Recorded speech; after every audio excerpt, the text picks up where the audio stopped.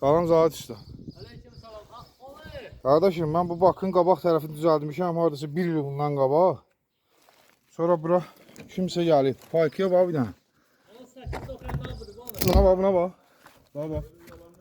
Bax bax bax bax. Heç nə fenzat vurmadım abi, Allah'ın da olsun. Bir dənə əlimlə o belə tutub qapartmışam. Paykaya bax. Ama o bir yan. Bir yan bu yan göster. Hanı? Yani. Daha Bir göster. yan tulla bir yan. Burası fırında var. Al.